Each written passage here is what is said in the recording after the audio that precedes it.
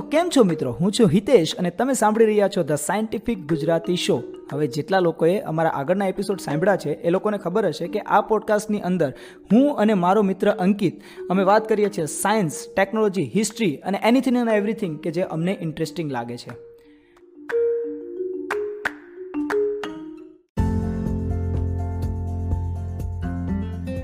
હકીકતમાં આ પોડકાસ્ટ એક દિવસ લેટ રેકોર્ડ થઈ રહ્યો છે કેમ કે ગઈકાલે મને એવું હતું કે ચાલ ને પહેલાં હું એક મૂવી જોઈ લઉં અને મૂવી જોઈને પછી પોડકાસ્ટ રેકોર્ડ કરીશ. તો મેં મૂવી ચાલુ કર્યું. એ મૂવીનું નામ હતું પ્રીડેસ્ટિનેશન. હવે પ્રીડેસ્ટિનેશન મૂવી જોયા બાદ મગજની અંદર એટલા વિચારો ફરવા લાગ્યા કે પછી હું પોડકાસ્ટ રેકોર્ડ કરી શકું એવી મારી માનસિક સ્થિતિ જ ના હતી. એટલે જેટલા લોકોએ એકવાર પ્રીડેસ્ટિનેશન મૂવી નથી જોયું, એકવાર જઈને પ્રીડેસ્ટિનેશન મૂવી જોજો. જો હું અત્યારે એની સ્ટોરી તો નથી કહેતો અને કદાચ એની સ્ટોરી હું તમને કહી દઈશ તો સસ્પેન્સ ખુલી જશે અને મેઇન છે એની અંદર સસ્પેન્સ. હકીકતમાં એ મૂવી છે ટાઈમ પેરાડોક્સ ઉપરનું, પણ એની અંદર સાયન્ટિફિક કોઈ એટલી બધી વસ્તુ નથી, કોઈ સાઈફાઈ એટલી બધી વસ્તુ નથી, પણ જે સસ્પેન્સ છે એ બહુ ઇમ્પોર્ટન્ટ છે અને એ બહુ મસ્ત રીતે એની અંદર સાયન્સનું એક રિયાલિટી આપેલી છે કે આપણે તો મતલબ સાયન્સની અંદર જે વસ્તુ કહીએ છીએ કે આપણે ભૂતકાળની અંદર જઈ અને મતલબ ટાઈમ પેરાડોક્સની અંદર આપણે એવી વસ્તુ કહીએ છીએ કે જો અત્યારે કોઈ ઘટના બને છે, આપણે જો કોઈ રીતે ટાઈમ ટ્રાવેલ કરી અને ભૂતકાળમાં જઈને એ ઘટનાને બનતી અટકાવી દઈએ તો ભવિષ્યમાં એ ઘટના બનશે જ નહીં. પણ આવું કરીએ તો એની ઇફેક્ટ ભવિષ્યમાં શું થશે એની એક આખી ઇફેક્ટ દર્શાવતું મૂવી બતાવેલું છે. એટલે એકવાર તમે જઈને એ મૂવી પણ જોઈ શકો છો.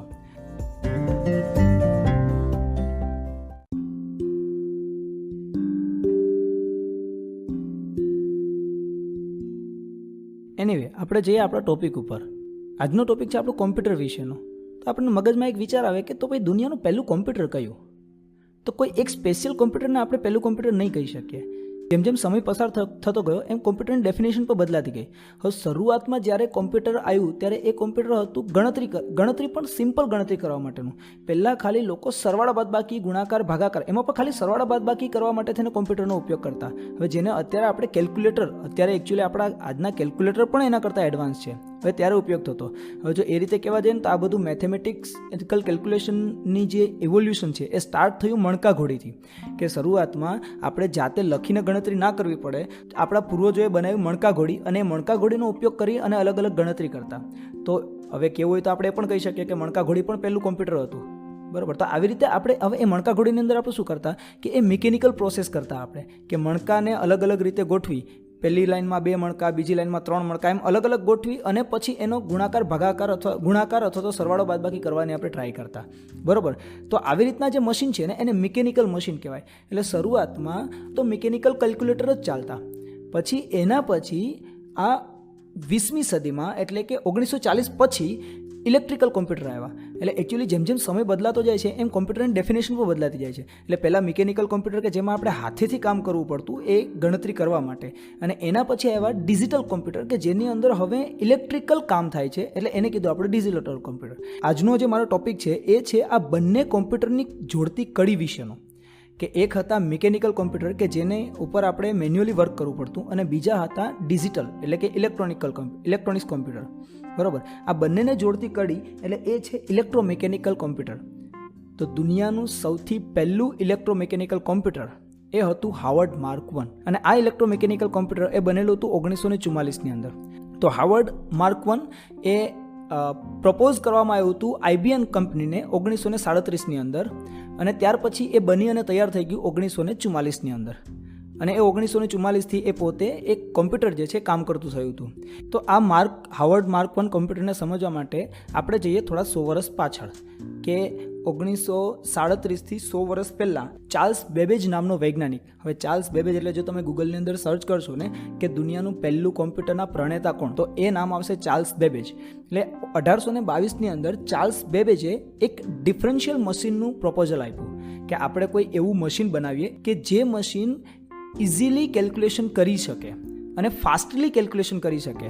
હવે જો સરવાળા બાદબાકી અને સિમ્પલ ગુણાકાર ભાગાકાર તો મશીનની અંદર થઈ જ શકતા હતા, પણ તમે વિચારો ને કે એક જ સરવાળો કે એક સરવાળો બાદબાકી કે ગુણાકાર ભાગાકાર કરવો હોય તો ચલો આપણે હાથથી કરી પણ લઈએ, પણ જો તમને એક સાથે ઘણા બધા સરવાળા બાદબાકી અને ગુણાકાર ભાગાકાર કરવાનું કે કન્ટિન્યુઅસમાં, તો એ કામ કેટલું બોરિંગ હશે ને.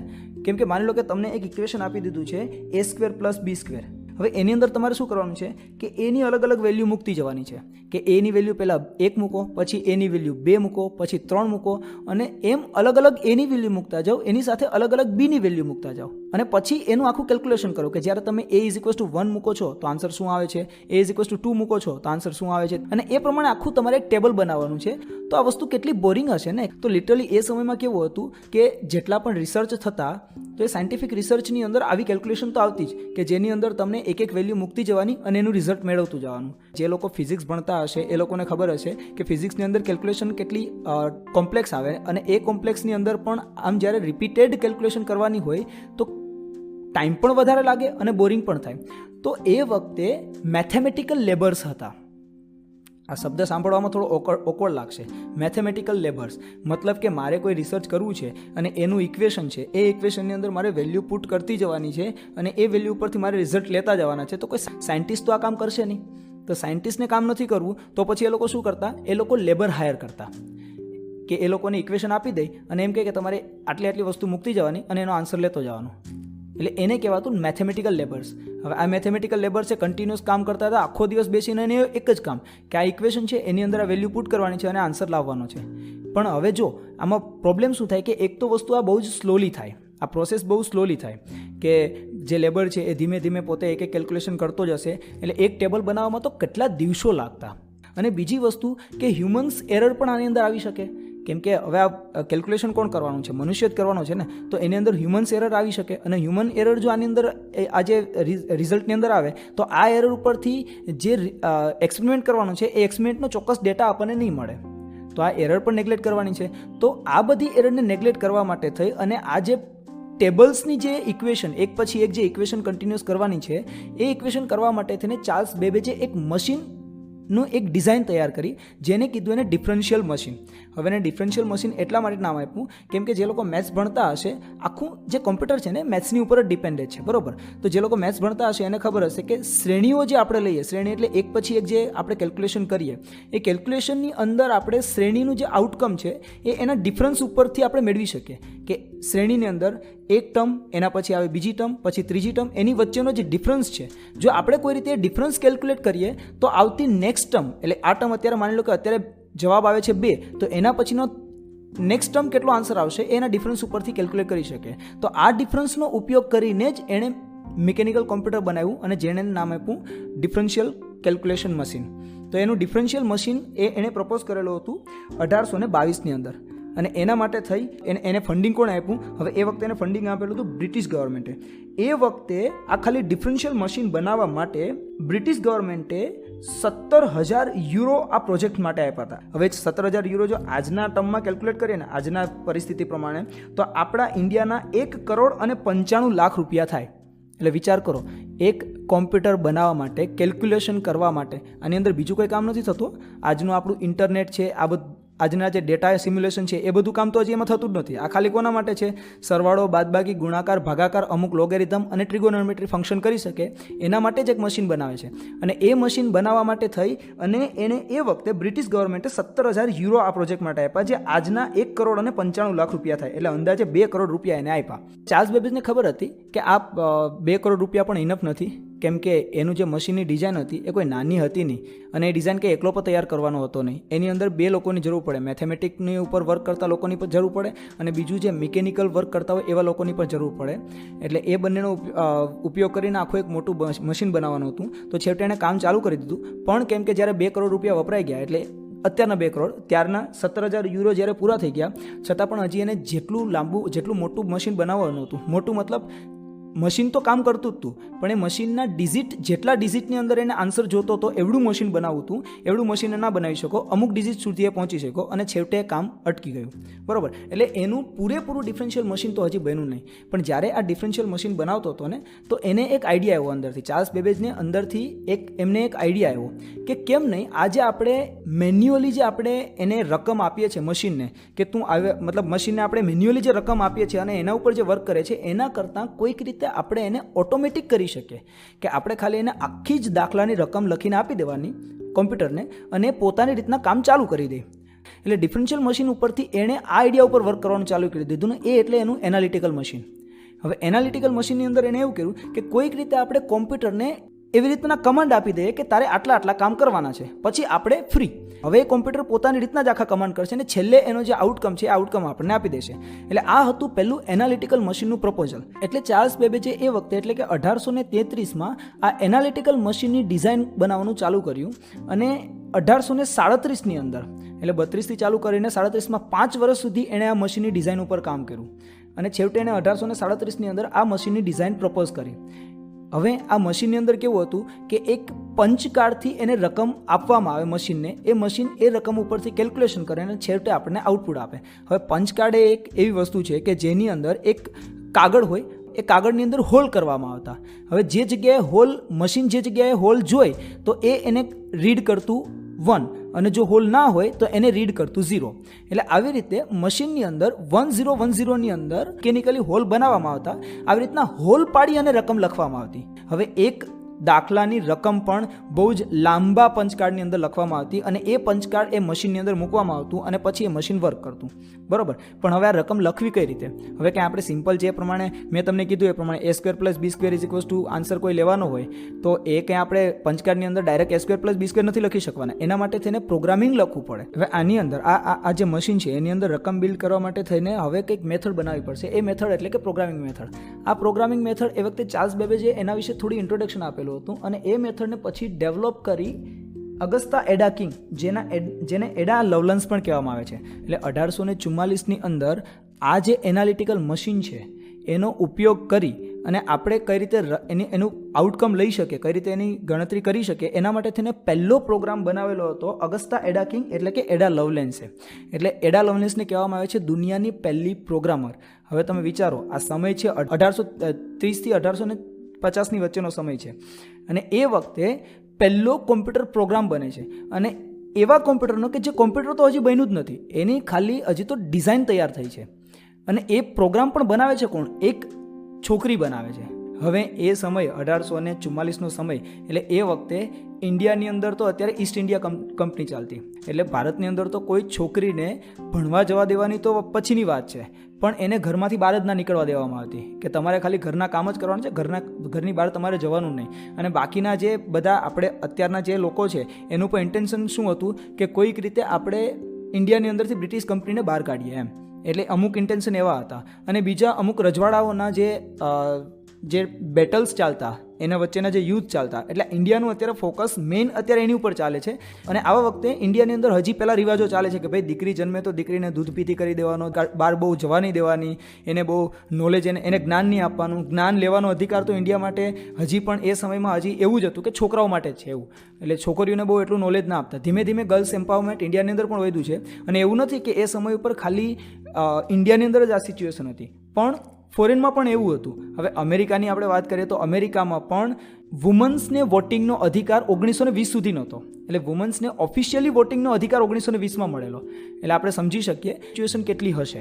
અને આવા વખતે 1844ની અંદર દુનિયાનો પહેલો પ્રોગ્રામ બનાવે છે અને એ પણ એક કોઈ લેડી. એટલે આ બહુ મોટી વાત કહેવાય ને. એનીવે એ છે 1940ની અંદર એણે પહેલો પ્રોગ્રામ લખ્યો એનાલિટિકલ એન્જિનનો. અને પછી એણે આગળ જતાં સમજાવ્યું પણ ખરું કે કઈ રીતે આ ચાર્લ્સ બેબેજનું ડિફરન્શિયલ એન્જિન અને એનાલિટિકલ એન્જિન બંને એકબીજાથી કઈ રીતે અલગ છે અને કઈ રીતે આની અંદર આપણે ઓટોમેશન કરી શકીએ. એટલે અહીંયાથી આ વાત અટકી ગઈ. 1937ની અંદર જે ચાર્લ્સ બેબેજે જે એનાલિટિકલ એન્જિનનું જે પ્રપોઝલ આપ્યું એના પછી 100 વર્ષ સુધી ખાસ કોઈએ આના એન્જિન ઉપર, આની જે ડિઝાઇન છે ડિઝાઇન ઉપર ધ્યાન આપ્યું જ નહીં. ચાર્લ્સ બેબેજે ડિઝાઇન તો બનાવી નાખી એનાલિટિકલ એન્જિનની, પણ એ તૈયાર નથી થયો હજી. અને લિટરલી 100 વર્ષ સુધી તો કોઈએ આના ડિઝાઇન ઉપર એટલું ઇમ્પેક્ટફુલી ધ્યાન પણ નથી આપ્યું. અને પછી 1935ની અંદર આ ડિઝાઇન ઉપરથી હાવર્ડ એકેન એ થોડા પ્રભાવિત થાય છે. એની વચ્ચે પણ એકાદ કોમ્પ્યુટર બને છે પણ એટલું કોઈ ઇમ્પેક્ટફુલ હોતું નથી. ઇનશોર્ટ 100 વર્ષની અંદર એટલું કોઈ કોમ્પ્યુટરની અંદર ઇવોલ્યુશન આવ્યું ન હતું. પણ 100 વર્ષ બાદ હાવર્ડ એકેને આ મશીનની ડિઝાઇન એનાલિટિકલ મશીન ઉપર થોડો એને ઇન્ટરેસ્ટ જાગ્યો અને પછી એણે પોતાના કોમ્પ્યુટરની ડિઝાઇન તૈયાર કરી.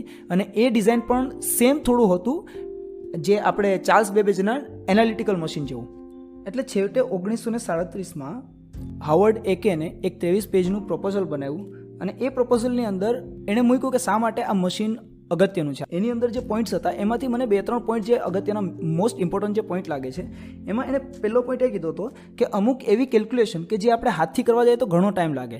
હવે જેમ કે એની અંદર એણે લખેલું છે કે 5નું ઘનમૂળ કાઢવું હોય તો એ આપણે નોર્મલ રીતથી કરવા જઈએ વધારે એક્યુરેસી સાથે, એને વધારે ડેસિમલ પોઈન્ટ સુધી જો આપણે એની એક્યુરેસી સાથે ઘનમૂળ કાઢવું હોય તો ઘણો બધો ટાઈમ લાગે. હવે મને થોડું અજીબ લાગ્યું કે કોઈ કોમ્પ્યુટરની વાત કરે છે જેના ઉપર કરોડો રૂપિયા ખર્ચવાના છે અને એ એના પ્રપોઝલની અંદર લખે છે કે 5નું ઘનમૂળ કાઢવા માટે થઈને આ કોમ્પ્યુટર અગત્યનું છે.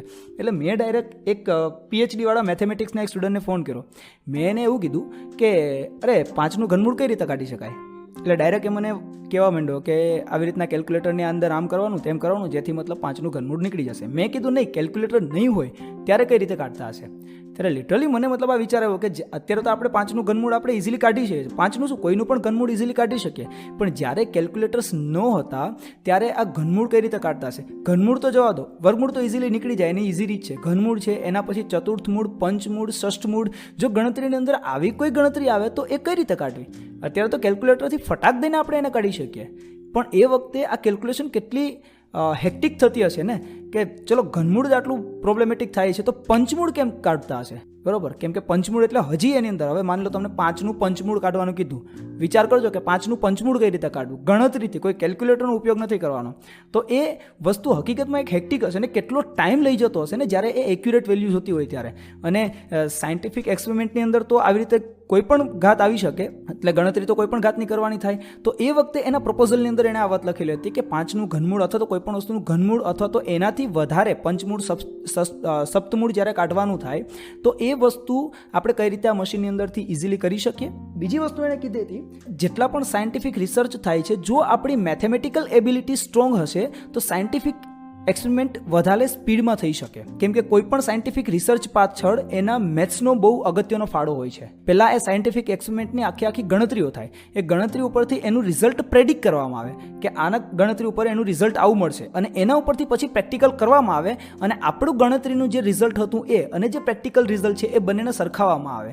હવે ચલો પ્રેક્ટિકલ રિઝલ્ટ તો તમે મતલબ સાધનો ગોઠવીને કરી લેશો, પણ આ જે ગણતરી જે છે, હવે અત્યારે તો આપણે એવું લાગે કે પ્રેક્ટિકલ રિઝલ્ટ મેળવવામાં ટાઈમ લાગે પણ ગણતરી સ્પીડમાં થઈ જાય. પણ આના કરતાં એ વખતે ઉલટું હતું, પ્રેક્ટિકલ સેટઅપ તો વહેલું થઈ જતું પણ એને ગણતરીમાં ટાઈમ લાગતો, કેમ કે એના માટે થઈને પહેલાં મેથેમેટિકલ લેબર્સ કામ કરતા. એટલે એ વખતે કેવું છે કે એ વખતે આ બધું થોડું અઘરું થઈ જતું. તો એણે એવું કીધું કે જે આ સાયન્ટિફિક રિસર્ચ છે એ સાયન્ટિફિક રિસર્ચ જો આપણે કોઈ રીતે આ મેથેમેટિકલ કેલ્ક્યુલેશન જે કોમ્પ્યુટરથી કરી શકીએ, આવી કોઈ ઇઝીલી વસ્તુથી કરી શકીએ તો બહુ જ સ્પીડ થશે, જેથી સાયન્ટિફિક ઇવોલ્યુશન વહેલું થઈ શકે કે વધારે ને વધારે સાયન્ટિફિક રિસર્ચ થઈ શકે. એના પછી એક એણે એના પ્રપોઝલની અંદર વાત મૂકેલી હતી, એ એવું હતું કે અત્યારે જે દુનિયા છે એની અંદર ઇક્વિપમેન્ટ બધા લિનિયર ડિવાઇસથી નોન લિનિયર ડિવાઇસ તરફ ટ્રાન્સફર થઈ રહ્યા છે. હવે લિનિયર ડિવાઇસ અને નોન લિનિયર ડિવાઇસ એટલે જેટલા લોકો સાયન્સ ભણે છે એ લોકોને ખબર છે કે ઓહમનો નિયમ આવે કે કોઈ પણ પદાર્થમાંથી જે વિદ્યુત પ્રવાહ પસાર થાય છે લાગુ પાડેલા વિદ્યુત સ્થિતિમાનને સમપ્રમાણમાં હોય છે. તો જેટલી વસ્તુ ઓહમના નિયમો પર કામ કરે છે એ બધી લિનિયર ડિવાઇસ કહેવાય, અને જેટલી વસ્તુ ઓહમના નિયમો પર કામ નથી કરતી એને નોન ઓહમિક ડિવાઇસ અથવા તો નોન લિનિયર ડિવાઇસ કહેવાય. એની અંદર લિનિયરિટી શો ના કરે. હવે આ હું તમને એટલા માટે કહું છું કેમ કે લિનિયર ડિવાઇસના ઇક્વેશન ઇઝી હોય, એને તમે ઇઝીલી સોલ્વ કરી શકો, પણ નોન લિનિયર ડિવાઇસના ઇક્વેશન થોડા કોમ્પ્લેક્સ થઈ જાય. હવે એ નોન લિનિયર ડિવાઇસને સમજવા માટે થઈ અને એના ઇક્વેશન સમજવા માટે બહુ જ લાંબી કેલ્ક્યુલેશનની જરૂર પડે, અને જો આ કેલ્ક્યુલેશન કરવા બેસીએ ને તો વર્ષોના વર્ષો જતા રહે. હાથથી જો આ કેલ્ક્યુલેશન કરવા બેસીએ તો વર્ષોના વર્ષો જતા રહે. એટલે એણે એના પ્રપોઝલમાં લખેલું હતું કે જેવી રીતે હવે સાયન્ટિફિક રિસર્ચ લિનિયર ડિવાઇસથી નોન લિનિયર ડિવાઇસ તરફ જઈ રહ્યું છે તો એના ઉપર આપણે કેલ્ક્યુલેશન પાવર પર સ્ટ્રોંગ કરવો પડશે અને એના માટે થઈને આ મશીનની જરૂર છે. તો આવા અમુક એણે પોતાના પ્રપોઝલ મૂક્યા. એ પ્રપોઝલ લઈ અને એ પહેલાં ફંડિંગ માટે થઈ અને પહેલાં એ મોનોરિયો કેલ્ક્યુલેટર કંપની પાસે ગયો. એટલે મોનોરિયો કેલ્ક્યુલેટર કંપનીએ કીધું કે આમાં તો બહુ જ મોટું ઇન્વેસ્ટમેન્ટ છે અને આની કાંઈ એટલી બધી કે ખાસ એટલી બધી જરૂર નથી. એટલે એને એ વખતે એની જરૂર લાગી નહીં, એટલે એણે એના ફંડિંગની ના પાડી દીધી. એના પછી એ હાર્વર્ડ યુનિવર્સિટીમાં જાય છે, તો હાર્વર્ડ યુનિવર્સિટીમાંથી પણ એને ફંડિંગની ના પાડી દે છે અને છેવટે એ IBM કંપની પાસે પોતાનું પ્રપોઝલ લઈને જાય છે. એટલે એ વખતે IBMમાં મેઇન વ્યક્તિ હતા વોટસન. તો એ વોટસને પર્સનલી એનું પ્રપોઝલ એક્સેપ્ટ કર્યું અને એ મશીનને એણે નામ આપેલું હતું ઓટોમેટિક કોમ્પ્યુટિંગ ડિવાઇસ. એટલે કે જે હવે પોતાનું કોમ્પ્યુટેશન જે છે ઓટોમેટિકલી કરશે. એટલે એને નામ આપ્યું હતું ઓટોમેટિક કોમ્પ્યુટિંગ ડિવાઇસ, જેને ASCC એવી રીતના એનું શોર્ટ ફોર્મમાં નામ આપેલું હતું. એટલે વોટસને એ વખતે એને $50,000 ફંડિંગ આપ્યું આ મશીન માટે એ વખતે. એટલે 1937ની અંદર આ પ્રપોઝલને $50,000 ફંડિંગ મળ્યું. એક કેલ્ક્યુલેટર, અત્યારે તો આપણે એને કેલ્ક્યુલેટર જ કહી શકીએ ને, કેમ કે અત્યારે તો બહુ હાઈટેક કોમ્પ્યુટર છે. એટલે ત્યારના એક કેલ્ક્યુલેટરને $50,000 આજના સમયના જો એ ગણવા જઈએ તો એ થશે 32 કરોડ રૂપિયા. એટલે એ વખતે IBM કંપનીએ $50,000 એટલે આજના 32 કરોડ રૂપિયા હાવર્ડ એ કેંગને મશીન બનાવવા માટે તેને આપી દીધા. એટલે 1937માં આ મશીન બનાવવાનું કામ ચાલુ થઈ ગયું. એટલે ધીમે ધીમે રહી અને આ મશીનનું કામ ચાલ્યું અને છેવટે આ મશીન તૈયાર થયું 1944ની અંદર. હવે હાવર્ડ એકેન પોતે પણ એક નેવલ ઓફિસર હતા, એટલે નેવીમાં કામ કરતા. એટલે 1943ની આજુબાજુ એને ફરી પાછી નેવીની ડ્યુટી જોઈન કરવાની ઓફર પડી. ત્યારે એ પોતાનું બધું જ કામ એ પોતાના સાથીને સોંપીને જાય છે. હવે એના સાથીનો પણ બહુ અગત્યનો રોલ છે એની અંદર, કેમ કે 1944ની અંદર આખું મશીન અત્યારે IBM લેબમાં તૈયાર થઈ ગયું, પણ એ મશીન IBM લેબમાં રાખવાનું ન હતું. હકીકતમાં આ મશીન IBM લેબ અને નેવી આ બંનેના મિક્સ ફંડિંગથી બનેલું હતું. એટલે IBMનું પણ ફંડિંગ હતું અને એમાં નેવીનું પણ ફંડિંગ હતું. હવે IBMએ પોતાની કંપની માટે તેને ફંડિંગ કરેલું હતું અને નેવીએ પોતાના જે કેલ્ક્યુલેશન્સ ઇઝી થાય, કે નેવીના જેટલા પણ રડાર કોમ્યુનિકેશનના અને બધા જેટલા પણ જે હેવી કેલ્ક્યુલેશન છે એ ઇઝી થાય એના માટે એને પણ આમાં થોડું ફંડિંગ આપેલું હતું. તો 1944ની અંદર આ હાવર્ડ એકેનનું હાવર્ડ માર્ક 1 એટલે એનું જે નામ હતું ઓટોમેટિક કોમ્પ્યુટિંગ ડિવાઇસ, એમાંથી હાવર્ડ એકેંગે એનું નામ બદલી અને હાવર્ડ માર્ક 1 કરી નાખ્યું અને એ પછી હાવર્ડ માર્ક 1 મશીન તૈયાર થયું 1944ની અંદર. હવે આ મશીન જ્યારે તૈયાર થયું 1944ની અંદર તો આ મશીન કેવડું હતું ખબર છે? અને આ કોમ્પ્યુટર કે જે સરવાળો, બાદબાકી, ગુણાકાર, ભાગાકાર અને બીજી અમુક કેલ્ક્યુલેશન કરી શકે છે, એ મશીન 51 ફૂટ લાંબુ હતું. 51 ફૂટ લાંબુ, 8 ફૂટ ઊંચું અને 2 ફૂટ જાડું, આટલું મોટું મશીન હતું જેનું વજન એક હાથી જેટલું હતું. એટલે સમજો કે આ ઇલેક્ટ્રોમિકેનિકલ મશીન કે જેનું વજન એક હાથી જેટલું હતું, 51 ફૂટ લાંબુ હતું અને 8 ફૂટ ઊંચું અને 2 ફૂટ પહોળું. એની અંદર જે વસ્તુ યુઝ કરવામાં આવેલી હતી જેમ કે સ્વિચ, ક્લન્ચીસ હતા, રિલે હતી, આવી રીતના ટોટલ ઇલેક્ટ્રોમિકેનિકલ ડિવાઇસ 7,50,000 ઇલેક્ટ્રોમિકેનિકલ ડિવાઇસનો યુઝ થયેલો હતો. અને એ બધી જ ઇલેક્ટ્રોમિકેનિકલ ડિવાઇસને એકબીજાને એરેન્જ કરવામાં આવેલી હતી. આટલું મોટું મશીન બનાવવામાં ટાઈમ તો લાગે ને, અને ખર્ચો પણ થાય. અને આ મશીનની સ્પેસિફિકેશન આટલો ખર્ચો કર્યા પછી પણ એની સ્પેસિફિકેશન શું હતી ખબર? કે એ 1 સેકન્ડની અંદર 3 સરવાળા કરી શકે. હવે હ્યુમન કેલ્ક્યુલેશન અને બાકી બધા કેલ્ક્યુલેશન કરતાં તો ઝડપ જ છે. આપણે અત્યારે જોઈએ કે ભાઈ 1 સેકન્ડની અંદર ખાલી 3 જ સરવાળા, જ્યારે આપણે કોમ્પ્યુટરની અંદર તો 1 સેકન્ડમાં તો કેવડા મોટા મોટા આન્સર આવી જાય છે ને. આપણે જે સાદું કેલ્ક્યુલેટર છે એની અંદર અત્યારે કેટલા સ્પીડમાં જવાબ આવી જાય છે. પછી ખાલી એને એક મલ્ટિપ્લિકેશન કરવું હોય ને એક ગુણાકાર કરવો હોય તો આ મશીનને એક ગુણાકાર કરતાં 6 સેકન્ડ લાગે અને એક ભાગાકાર કરવામાં એને 15 સેકન્ડ લાગે. એટલે તમે અત્યારે કેલ્ક્યુલેટરમાં વિચાર કરો કે તમને જો એક ભાગાકાર કરવામાં 15 સેકન્ડ લાગતી હોય તો તમે ભાગાકાર કરવા મૂકો, બરાબર દબાવો અને પછી એ કેલ્ક્યુલેટરની અંદર 15 સેકન્ડ સુધી રાહ જુઓ અને પછી આન્સર આવે.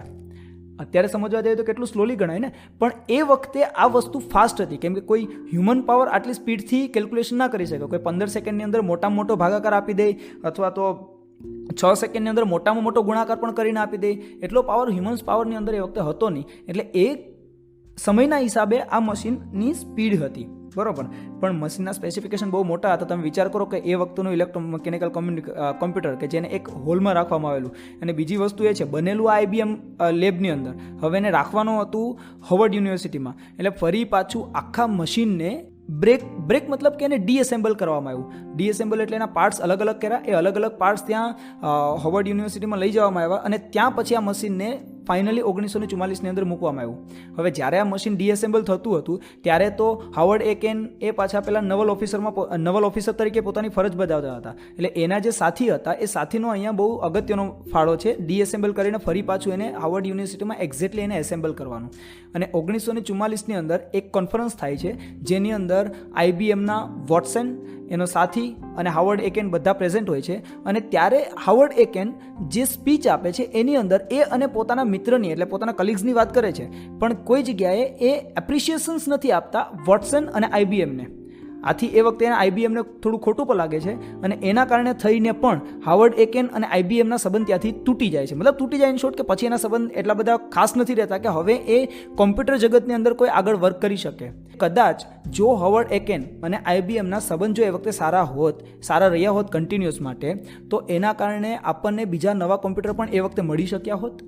અને બીજી વસ્તુ કે જે વચ્ચેનો જે 100 વર્ષ સુધીનો જે સમય હતો, જો આ 100 વર્ષના સમય સુધીમાં એ વચ્ચેના સમયમાં જો કોઈ કોમ્પ્યુટર્સ બનાવેલું હોત, આ ટાઈપનું કોમ્પ્યુટર, એટલે કે જે આપણે ચાર્લ્સ બેબેજનું જે એનાલિટિકલ કોમ્પ્યુટર ઉપર ધ્યાન દઈને એના ઉપર જો વર્ક કરેલું હોત, તો તમે વિચાર કરો કે કોમ્પ્યુટર આપણે જે અત્યારે 1944માં જે બને છે એના કરતાં એ કોમ્પ્યુટર વહેલા બની ગયું હોત. અને જો એ વહેલા બની ગયો તો અત્યારની સિચ્યુએશન આપણી જે છે એના કરતાં કંઈક અલગ હોત. કેમ કે 1944 પછી એટલે બીજા વિશ્વયુદ્ધ પછી કોમ્પ્યુટરની અંદર ઘણી જ પ્રગતિ થઈ છે. આ ઇલેક્ટ્રોમિકેનિકલ કોમ્પ્યુટર હતું, એના પછી જસ્ટ ENIAC, હવે એના પછી એલન ટ્યુરિંગ એટલે બહુ જ જીનિયસ માઇન્ડેડ કોમ્પ્યુટરની અંદર જે ઇવોલ્યુશન લાવેલો એ માણસ હતો. બરાબર, એટલે એ સ્ટોરી પણ બહુ જ ઇમ્પોર્ટન્ટ છે. આજની સ્ટોરી કરતાં પણ, હાવર્ડ એકેનની સ્ટોરી કરતાં પણ એલન ટ્યુરિંગની સ્ટોરી બહુ જ ઇન્ટરેસ્ટિંગ સ્ટોરી છે, જે આપણે આગળ ક્યારેક કવર કરીશું. એના પછી ENIAC નામનું કોમ્પ્યુટર બને છે, જેને પછી કમર્શિયલી લાવવાની ટ્રાય કરે છે, પણ કમર્શિયલી પણ આ કોમ્પ્યુટર બહુ જ મોંઘા પડતા હતા. ધીમે ધીમે રહેતા આખું જ ડિજિટલ કોમ્પ્યુટર બને છે. અને છેવટે અત્યારે જે આપણે જે અત્યારે કોમ્પ્યુટર જોઈએ છે માઇક્રોસોફ્ટ અને એપલના, એ બને છે. એટલે આને આપણે આખો જે કોમ્પ્યુટર એરા છે ને, એને કેટલા પાર્ટમાં ડિવાઈડ કરી શકીએ. શરૂઆતમાં તો પહેલાં હતું મિકેનિકલ કોમ્પ્યુટર, કે જે મિકેનિકલી વર્કથી આપણે કેલ્ક્યુલેશન આપતા, એટલે કોમ્પ્યુટર ના કહી શકાય, એને કેલ્ક્યુલેટર જ કહી શકાય. એ પછી આવ્યા electromechanical computer. First electromechanical computer જેની આપણે આજે વાત કરીએ, હાવર્ડ એકેનનું માર્ક 1 કોમ્પ્યુટર. બરોબર, અને એ કોમ્પ્યુટર અત્યાર સુધીનું સૌથી મોટામાં મોટું કોમ્પ્યુટર છે, હાવર્ડ એકેન. એના પછી ઇલેક્ટ્રિકલ કોમ્પ્યુટર. હવે એ ઇલેક્ટ્રિકલ કોમ્પ્યુટરની અંદર જ્યાં ક્લચ ને સ્વિચીસ ને રિલેઝ ને હતી ને, એને રિપ્લેસ કરી વેક્યુમ ટ્યુબે. એટલે બધી જગ્યાએ પછી વેક્યુમ ટ્યુબનો ઉપયોગ કરવામાં આવતો, જેમ કે ENIACનું જે આપણે નામ લીધું એની અંદર. બરાબર, જે સ્ટોરી ENIACની પણ ખૂબ અગત્યની અને ખૂબ ઇન્ટરેસ્ટિંગ સ્ટોરી છે, કે કઈ રીતે એને વર્લ્ડ વોર 2 ની અંદર કામ કરેલું હતું. એટલે એ સ્ટોરીને પણ આપણે આગળ કવર કરીશું ક્યારેક બીજા પોડકાસ્ટની અંદર. અને એના પછી આવે છે, આજે હતું એને જે computer revolution, first generation computer revolution કહેવાય છે, ENIAC વાળું જે ડિજિટલ કોમ્પ્યુટર બને છે એ. એના પછી આવે છે ટ્રાન્ઝિસ્ટર એરા. ટ્રાન્ઝિસ્ટર એરાએ કોમ્પ્યુટરની આખી હિસ્ટ્રીને બદલાઈ નાખી, કેમ કે આટલા મોટા જે કોમ્પ્યુટર બનતા હતા, આટલા મોંઘા કોમ્પ્યુટર બનતા હતા, એને હવે એણે કોમ્પેક્ટ કરી દીધા. અને એ ટ્રાન્ઝિસ્ટર એરાના કારણે થઈને આજે ઘરે કોમ્પ્યુટર છે. એટલે એ પછી આવે છે ટ્રાન્ઝિસ્ટર એરા, અને ટ્રાન્ઝિસ્ટર એરા પછી અત્યારે ડિજિટલ કોમ્પ્યુટરનો જમાનો આવે છે. રાઈટ, તો આવી રીતે આખી કોમ્પ્યુટરની હિસ્ટ્રી છે. હવે આ 100 વર્ષ જે વચ્ચેનો ગેપ રહ્યો, એમાં માની લો કે જો કોઈ ઇવોલ્યુશન વધારે થયા હોત, તો આજે આપણી પાસે ઘણા સુપર કોમ્પ્યુટર હોઈ શકત, મે બી આપણે એમ કહી શકીએ, કેમ કે વચ્ચેના એરામાં તો કોઈ કોમ્પ્યુટર ઇવોલ્યુશન થયું જ નથી. બરાબર, તો ફાઇનલી ઇનશોર્ટ 1944માં આ કોમ્પ્યુટર રેડી થયું. હવે એના પછી આ કોમ્પ્યુટરના અગત્યના જે કેલ્ક્યુલેશન્સ છે કયા છે. એક તો આ કોમ્પ્યુટરે બેલેસ્ટિક કેલ્ક્યુલેશનની ટ્રેજેક્ટરી માટે થઈને કેલ્ક્યુલેશન કરેલા હતા. હવે બેલેસ્ટિક મિસાઇલ જે છે, બેલેસ્ટિક મિસાઇલને આપણે જો અહીંયાથી છોડીએ, બેલેસ્ટિક મિસાઇલ એટલે ખબર છે એક જગ્યાએથી છોડવામાં આવે ને એના ટાર્ગેટ ઉપર જાય, તો બેલેસ્ટિક મિસાઇલને એક જગ્યા ઉપરથી છોડીએ ત્યારથી બીજી જગ્યા ઉપર જશે તો એની ટ્રેજેક્ટરી, એનો પાથ કેવો હશે, એની કેલ્ક્યુલેશન કરવાની હોય. હવે એ કેલ્ક્યુલેશન જો જાતે કરવા બેસીએ ને તો ઘણા બધા વર્ષો લાગે. બરાબર, તો આ જે બેલેસ્ટિક મિસાઇલની જે કેલ્ક્યુલેશન છે એનો પ્રોગ્રામ હાવર્ડ માર્ક 1 ની અંદર રન થયેલો હતો. અને આ મશીનની મેનહેટન પ્રોજેક્ટ્સની અંદર પણ ખાસી બધી ઇમ્પોર્ટન્સ છે, કેમ કે વોન ન્યુમાન, કે જેણે મેનહેટન પ્રોજેક્ટ જોઈન કરેલો 1943ની અંદર, એ કેલ્ક્યુલેશન બેઝ પર વર્ક કરતા હતા કે કઈ રીતે આપણે આ એટોમિક બોમ્બને વધારે ઇફેક્ટિવ અને ફાસ્ટર બનાવી શકીએ. તો એના માટે થઈને એની જે કેલ્ક્યુલેશનની જરૂર હતી મેનહેટન પ્રોજેક્ટ્સની, એની કેલ્ક્યુલેશનનો પ્રોગ્રામ એણે માર્ક 1માં કરેલો. અને એ પ્રોગ્રામથી જે રિઝલ્ટ મળ્યા, એ રિઝલ્ટ ઉપરથી એણે એટોમિક બોમ્બ બનાવેલો. એ જે ડિઝાઇન છે, એ ડિઝાઇન શેમાં યુઝ થયેલી હતી? ટ્રિનિટી અને ફેટમેન બોમ્બની અંદર. અને ફેટમેન બોમ્બ જે એટોમિક બોમ્બ બનાવ્યો હતો એની અંદર આ ડિઝાઇનનો ઉપયોગ કર્યો. અને આ ડિઝાઇન બાકીની જે ગન ડિઝાઇન, પહેલાં એની જગ્યાએ ગન ડિઝાઇન યુઝ થતી, જે લિટલ બોયની અંદર જે ગન ડિઝાઇન યુઝ થઈ છે, એ ડિઝાઇન કરતાં આ જે માર્ક 1ની અંદર જે કોમ્પ્યુટરની અંદર જે કેલ્ક્યુલેશન કરીને જે ડિઝાઇન બનાવવામાં આવેલી હતી, એ વધારે ફાસ્ટ અને ઇફિશિયન્ટ હતી. તો આ હતું બહુ જ, મને જ્યારે હાવર્ડ માર્ક 1 વિશે સાંભળ્યું ત્યારે બહુ જ ઇન્ટરેસ્ટિંગ છે. એકચ્યુઅલી અમે આની અંદર એક સિરીઝ બનાવવાનો વિચાર કરતા હતા કે કઈ રીતે આપણે મતલબ કોમ્પ્યુટરનું ઇવોલ્યુશનને બનાવી શકીએ. એમાં એલન ટ્યુરિંગ છે, ENIAC છે, પછી આગળના જે ડિજિટલ કોમ્પ્યુટર છે, પાછળના જે પાસ્કલાઇન જે કોમ્પ્યુટર છે અથવા તો એબેસ્કસ છે, આ બધી વસ્તુને આપણે કવર કરીએ. પણ આ એક વસ્તુ મને એવી લાગી કે જે મિસલિંક હતી બધી જ વસ્તુની અંદર. હા, આપેલું છે, આના વિશે ઘણી બધી ડિટેલ આપેલી છે, પણ ઘણી જગ્યાએ આ હાવર્ડ માર્ક 1ને મિસલિંક કરેલું છે, બહુ ઓછી જગ્યાએ જોવા મળે છે. એટલે મને લાગ્યું કે આજે એનો પોડકાસ્ટ બનાવીએ. બાકી આગળ આપણે હજી ઘણા બધા કોમ્પ્યુટર વિશે વાત કરવાની જ છે. સો આ હતી આજની કોમ્પ્યુટરની વાતો. એકચ્યુઅલી કોમ્પ્યુટર જગતની અંદર કહેવા માટે ઘણું બધું છે, પણ જ્યારે અમે પોડકાસ્ટ રેકોર્ડ કરીએ છીએ ત્યારે અમારા માટે એ પણ એક ચેલેન્જ છે કે કઈ વાતો સામે કરવી. કેમ કે એકચ્યુઅલી જ્યારે વસ્તુ આપણે કહેવા બેસીએ ને ત્યારે એટલું ફ્લોમાં જઈને કે એ એક ફ્લોમાં એટલું બધું જતું રહે કે કન્ટિન્યુઅસ એ વાતો થતી રહે અને એ વાતો એક ઇન્ફાઇનાઇટ ટાઈમ સુધી જતી રહે. એટલે અમારા માટે એ પણ એક ચેલેન્જ છે કે કઈ વાતો આપણે એક્ઝેક્ટલી કરવી. એટલે ઇન ફ્યુચર આપણે એક ટોપિક આની અંદર લેતા જશું. અને બીજી વસ્તુ, આગળના જે બીજા બધા ઇન્ટરેસ્ટિંગ કોમ્પ્યુટર્સ છે જેના વિશે અમને ખબર છે, જે અમે રિસર્ચ કરશું, એના વિશે પણ આગળ અમે વાત લઈને આવતા રહીશું. અને જો તમને પણ એવા કોઈ ટોપિક લાગતા હોય કે જે ઇન્ટરેસ્ટિંગ હોય, જેના વિશે તમે સાંભળવા માગતા હોય અથવા તો અમારી સાથે જોડાવા માગતા હોય, તો તમે કોઈ પણ અમારા પ્લેટફોર્મ પર, કોઈ પણ પોડકાસ્ટના પ્લેટફોર્મ પર જોડાઈ શકો છો. અથવા તો અમારી ઇન્સ્ટાગ્રામની લિંક, ફેસબુકની લિંક, ઈમેલથી પણ તમે અમારી સાથે કોમ્યુનિકેટ કરી શકો છો. તો એવી જ રીતે મળતા રહેશું દર અઠવાડિયે. પણ ત્યાં સુધી એક મિનિટ આપણે જે કોમ્પ્યુટરવાળા છે ને એના ફિલ્ડ માટે એક ફેક્ટની વાત કરીએ, જે કોમ્પ્યુટર ફિલ્ડની અંદર છે એ લોકો માટે. તમને ખબર છે કોમ્પ્યુટર પ્રોગ્રામિંગની અંદર બગિંગ અને ડીબગિંગ કોને કહેવાય? બગિંગ કરવું અને ડીબગિંગ કરવું. બગ એટલે કે જે ફોલ્ટ આવે ને પ્રોગ્રામની અંદર, જે ફોલ્ટ આવે એને બગિંગ કહેવાય, અને એ ફોલ્ટને કાઢવો એટલે એને ડીબગિંગ કહેવાય. હવે બગ એટલે જે જીવડું હોય ને એનું નામ આપવામાં આવે બગ. તો પછી આ કોમ્પ્યુટરમાં એને આ વર્ડ શા માટે યુઝ કર્યો, એનું કારણ શું છે? એના માટે થઈને ફેક્ટ છે ને એ હાર્વર્ડ માર્ક 1 કોમ્પ્યુટરની અંદરથી છુપાયેલો છે. કે આના જે મેં તમને કીધું ને કે જેનો પહેલો પ્રોગ્રામર કોણ હતો? Grace Hopper. માર્ક 1ના ચીફ પ્રોગ્રામર જે હતા ગ્રેસ હોપર, એ એકવાર આની પેપર ટેપને એક્ઝામિન કરતા હતા. મતલબ એની જે પેપર ટેપ કે જેની અંદર પ્રોગ્રામ લખેલો હોય ને એ પ્રોગ્રામિંગને એક્ઝામિન કરતા હતા, એને જોતા હતા. તો એની અંદર એણે એક માખી ફસાયેલી જોઈ. હવે જેની અંદર માખી આવી જાય, મતલબ એ પેપર ટેપની અંદર એક માખી એટલે કે એક જીવડું ફસાયેલું જોઈ, અને એ જીવડાની પાંખને કારણે થઈને એ જે પેલું હોલ છે એને ઢકાઈ જતું હતું. કેમ કે એની અંદર હોલ કરવામાં આવે તો એ હોલ એની અંદર ઢકાઈ જતું હતું. તો એણે જોયું કે આ હોલને કારણે થઈને પ્રોગ્રામિંગમાં ફોલ્ટ આવે છે, અને પ્રોગ્રામિંગને કારણે થઈને રિઝલ્ટ અલગ મળશે. બરાબર? તો એ વખતે આ બગ જે છે એ નામ ત્યાંથી પડ્યું કે આ પ્રોગ્રામિંગની અંદર જે ફોલ્ટ આવે છે કોને કારણે આવે છે? તો કે એ જે બગ છે એટલે કે જે માખી છે એ પેપર ટેપની અંદર ઉપર આવી ગઈ અને જે પ્રોગ્રામિંગની અંદર ફોલ્ટ ક્રિએટ કરે છે, એટલે એને કીધું બગ. તો પછી આને સોલ્વ કઈ રીતે કરવો? તો આને સોલ્વ કઈ રીતે કરાય? માખીને બહાર કાઢી લો એટલે સિમ્પલ સોલ્વ. એટલે માખી બહાર કાઢવી એટલે એને કહેવામાં આવ્યું ડીબગિંગ. એટલે પ્રોગ્રામિંગની અંદરથી તમારે આ ફોલ્ટ બહાર કાઢવો એને કહેવામાં આવતું ડીબગિંગ. એટલે બગિંગ અને ડીબગિંગ એ ત્યારના આજે એ ગ્રેસ હોપરની વખતથી આ પ્રોગ્રામિંગની અંદર નામ આપ્યું છે, અને અત્યાર સુધી આ જ વર્ડ ચાલે છે. પ્રોગ્રામિંગ તમે જ્યારે કરતા હોય ને તો બગિંગ અને ડીબગિંગ, પ્રોગ્રામિંગની અંદર ફોલ્ટ કાઢવો અને તમે ફોલ્ટ દૂર કરવો, એને ડીબગિંગ નામ આપવામાં આવે છે. તો આ એક હતું ફેક્ટ. તો હવે આપણે દર અઠવાડિયે મળતા રહીશું કંઈક નવા ટોપિક સાથે, કંઈક નવી વાતો સાથે, સાયન્ટિફિક વાતો લઈને આવતા રહીશું. તો ત્યાં સુધી શિયાળો ચાલે છે, થોડું એન્જોય કરતા રહો, શીખતા રહો, સાયન્સને માણતા રહો. ફરી મળીશું આવતા અઠવાડિયે. જય ગુજરાત.